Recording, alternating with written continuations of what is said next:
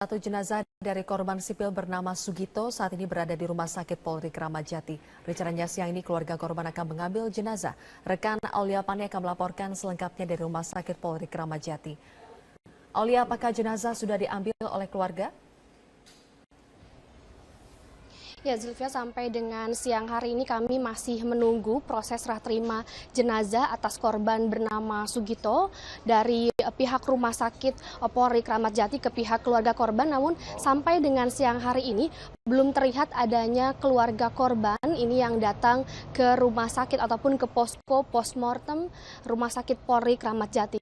Dan seperti kita ketahui, Zulfia, sebelumnya Sugito sendiri merupakan terduga pelaku, namun ini sudah disampaikan kepada media oleh Kadif Humas Polda Metro Jaya M. Iqbal yang menyampaikan bahwa Sugito ini merupakan satu dari korban lainnya ini yang kemarin meninggal atas kejadian di Jalan MH Tamrin, bahwa Sugito ini merupakan seorang kurir yang merupakan warga Karawang, Jawa Barat. Dan satu orang korban lainnya ini yang bernama Riko juga sudah diambil jenazahnya oleh keluarganya tadi malam. Zulfia, ini artinya di Rumah Sakit Polri Kramat Jati sendiri ini ada 5 jenazah terkait bom di Jalan Tamrin kemarin dari total 8 korban meninggal. Dan sementara itu untuk 4 korban ataupun untuk 4 jenazah pelaku lainnya, maksud kami ini ada atas nama Dian Juni, Muhammad Ali, Ahmad Muhazan, dan Afif, ini masih berada di Rumah Sakit Polri Kramat Jati. Begitupun dengan salah satu warga Kanada yang bernama Amer Awali Tahar, ini juga masih berada di sini. Menurut keterangan dari Kepala Unit Forensik Rumah Sakit Polri AKBP Jayus Suyanto yang menyampaikan kepada kami bahwa belum ada informasi dari Mabes Polri kapan jenazah ini bisa diambil oleh pihak keluarga. Dan sementara itu untuk kondisi di Rumah Sakit Kramat Jati ini sendiri, di Rumah Sakit Polri ini penjagaan masih tetap diperketat, khususnya di area postmortem Rumah Sakit Polri ini masih dijaga oleh puluhan dari personil kepolisian, dan polis lain juga ini masih terpasang di sekitar area postmortem Rumah Sakit Polri Kramat Jati. Untuk sementara, Zulfia, informasi yang dapat kami sampaikan, kembali ke Anda. Terima kasih pemirsa, kembali lagi di Breaking News Metro TV. Kami masih menghadirkan informasi terkini pasca ledakan bom dan juga baku tembak teror di ibu kota yang terjadi di area Tamrin, Jakarta Pusat. Perlu kami informasikan kembali, sempat beredar begitu ada informasi bahwa ledakan serupa juga terjadi di beberapa titik di ibu kota Jakarta. Namun berdasarkan keterangan dari Kadif Humas Mabes Polri, Irjen Pol Anton Carlian, bahwa sudah dikonfirmasi bahwa ledakan atau insiden teror ini hanya terjadi di areal Tamrin, Jakarta Pusat, di mana ledakan ini pertama terdengar di pukul 10.40 waktu Indonesia Barat, lalu menyusul ledakan kedua di pukul 10.50 waktu Indonesia Barat, di pukul 10.56 waktu Indonesia Barat, hingga pukul 11.02 sudah terjadi kurang lebih ada 6 ledakan dan juga baku tembak di sana. Dan untuk mengetahui informasi atau situasi terkini, kami akan ajak Anda untuk menyaksikan gambar yang sudah berhasil tim kami rekan bersama rekan Elvita Hairani. Elvita, sudah bisa mendengar suara saya? Ya, rekan Elvita. Ya, Widya, saya bisa mendengar jelas suara Anda. Mungkin Anda bisa melihat saat ini petugas kepolisian dari Ditreskrim Polda Metro Jaya dan juga sejumlah petugas kepolisian lain masih terus berjaga-jaga di pos polisi yang berada tepat di tengah-tengah Yellow Box Junction.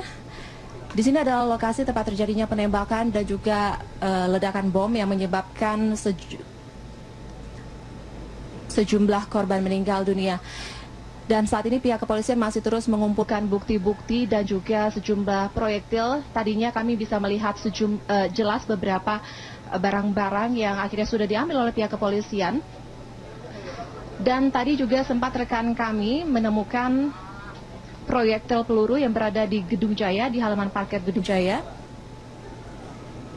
yang berada sekitar 10 meter dari lokasi tempat terjadinya perkara.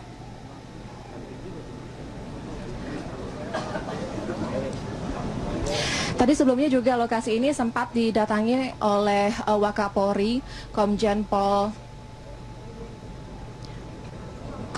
Budi Gunawan, dan saat ini kami juga masih bisa melihat kehadiran dari Ditreskrim Kombes Pol Krisna Mukti yang masih terus mengumpulkan sejumlah barang-barang atau juga sampel-sampel yang bertebaran di sekitar lokasi dan juga proyektil-proyektil yang masih bisa dilihat di sekitar lokasi.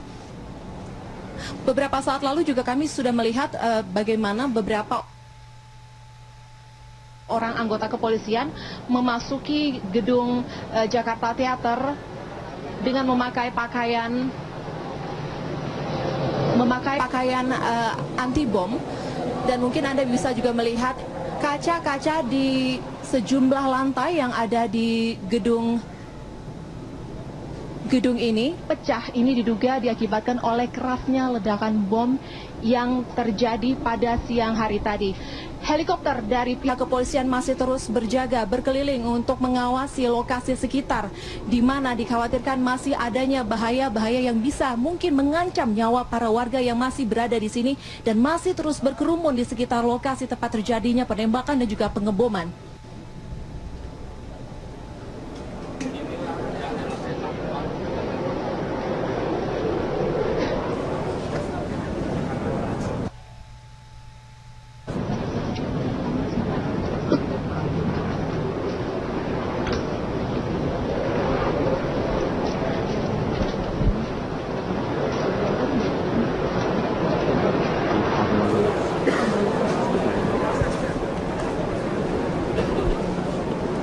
Satu hal mungkin yang harus diingat oleh warga yang masih berada di sekitar lokasi Sarina adalah untuk tidak mendekati lokasi.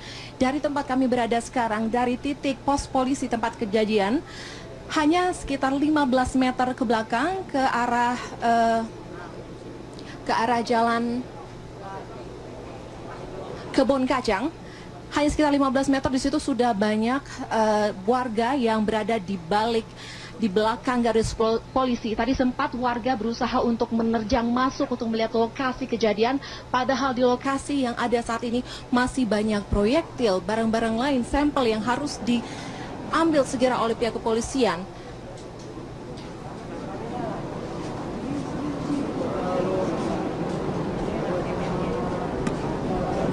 Hingga kini kami belum mendapatkan informasi terakhir apakah tadi sempat ada informasi yang beredar di kalangan. Jumlah agenda dilakukan Presiden Joko Widodo hari ini di Istana Negara, salah satunya melantik pimpinan PLT KPK Johan Budi menjadi staf khusus kepresidenan bidang komunikasi. Untuk mengetahui agenda yang lainnya kita tanyakan ke Jessica Wawor. Jessica, apa kegiatan pertama Johan Budi usai dilantik menjadi staf khusus bidang komunikasi? Pasca dilantik sebagai staf khusus bidang komunikasi atau ditetapkan oleh Presiden Joko Widodo sebagai staf khusus bidang komunikasi, Andini, Johan Budi langsung mengikuti rapat terbatas yang digelar bersama dengan para menteri dari jajaran Kabinet Kerja, dan tentunya rapat terbatas tadi digelar pada pukul 15.30 membahas terkait dengan daftar insentif negatif. Adapun memang penunjukan Johan Budi sebagai staf khusus bidang komunikasi oleh Presiden Joko Widodo ini dilakukan dengan berbagai pertimbangan, diantaranya adalah pertama, mempertimbangkan Johan Budi